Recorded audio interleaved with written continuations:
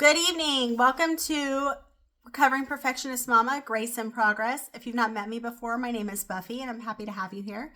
If you are a returning viewer, also welcome, happy to have you. Also, if you have not liked and subscribed or you're not sure and you want to watch a podcast before you decide, feel free. We would love to have you. I'm looking at potentially creating a community of women who can work together and thrive together and such, which would be awesome. And ultimately, I'm a dork and I like to learn things and I love to podcast as well. And so giving you actionable tips and strategies so you can live your best life possible, model that for your children, and voila, right? What a great legacy. So today we're talking about redefining balance, creating a life that actually works for you. For years, we've been chasing balance like it's a finish line. Work-life balance, mom-life balance, self-care balance.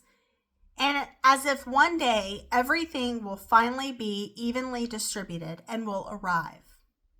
But what if balance isn't something you achieve?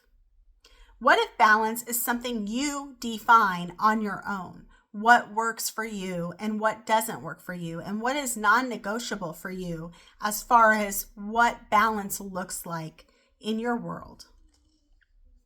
So you define season by season, day by day, based on what actually matters to you.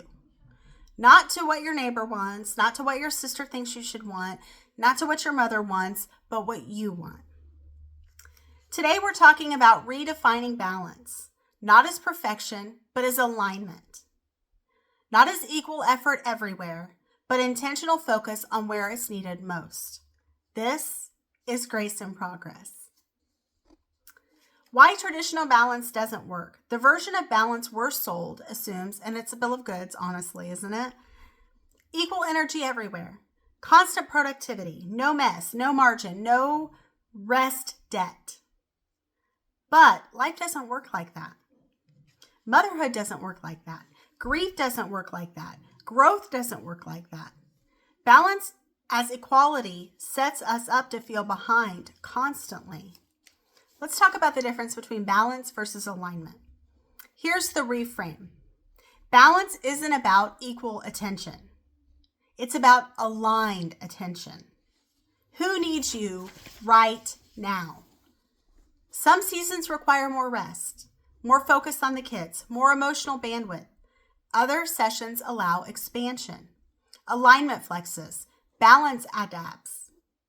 And why perfectionists struggle most with balance?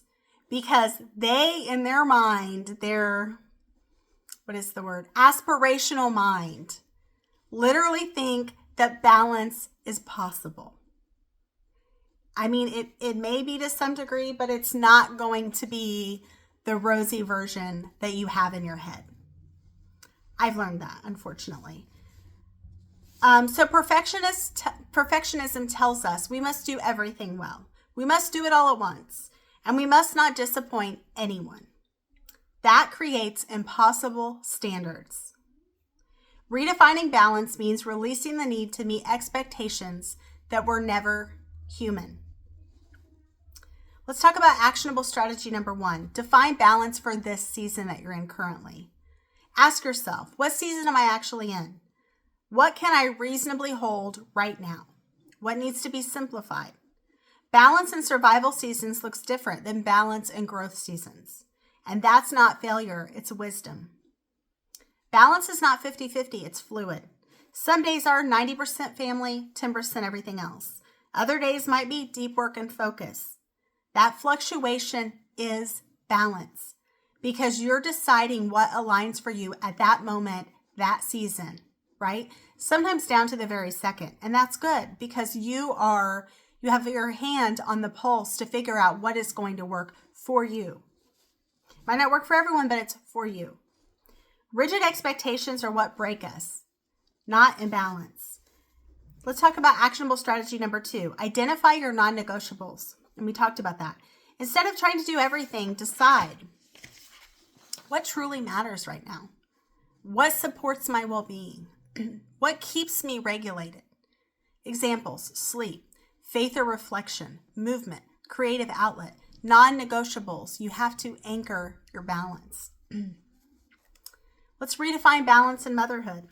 Balance in motherhood often means letting go of ideal routines, choosing connection over control, accepting good enough. It doesn't have to be perfect. You're not failing because your life feels full. Full doesn't mean broken. Full heart, full hands, right? Actionable strategy number 3, let go of guilt-based metrics. I tell you what, that is the emotion that I experience a lot more as a mother, the guilt. If your measure of balance is how much you did, how much you produced, how little you rested, you'll always feel behind. Always. Try measuring balance by how present you felt, how supported you were, how regulated your body felt. That's a healthier metric. Balance changes as you change. What worked 5 years ago for you may not work now. That doesn't mean you've regressed. It means you've evolved. Redefining balance requires permission to update your rules. Actionable strategy number 4, build in margin. Margin is the unscheduled space. White space, breathing room, flexibility. Without margin, balance collapses because no one is going to be 100% on schedule every single day, every single second. No one. Margin is not laziness, it's sustainability. What if you get sick? What if you have some crazy work project that comes up? You're going to need that margin. Teaching balance to our kids. Kids learn balance by watching us. Rest without guilt, saying no when needed, and adjusting our expectations. You don't need to explain balance. You need to model it. Do as I say, not as I do. No. I'm showing you the path that you need to follow that will keep you healthy and strong. So in closing, balance isn't something you finally get right. It's something you return to again and again with honesty and grace. You are allowed to design a life that works for you. Not perfectly, but intentionally. That's real balance.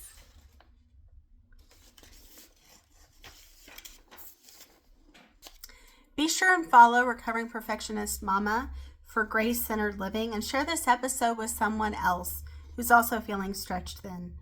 Leave a review if you like to help other women find this space. Thank you for tuning in, and I hope you'll come back and join us again soon. Bye-bye.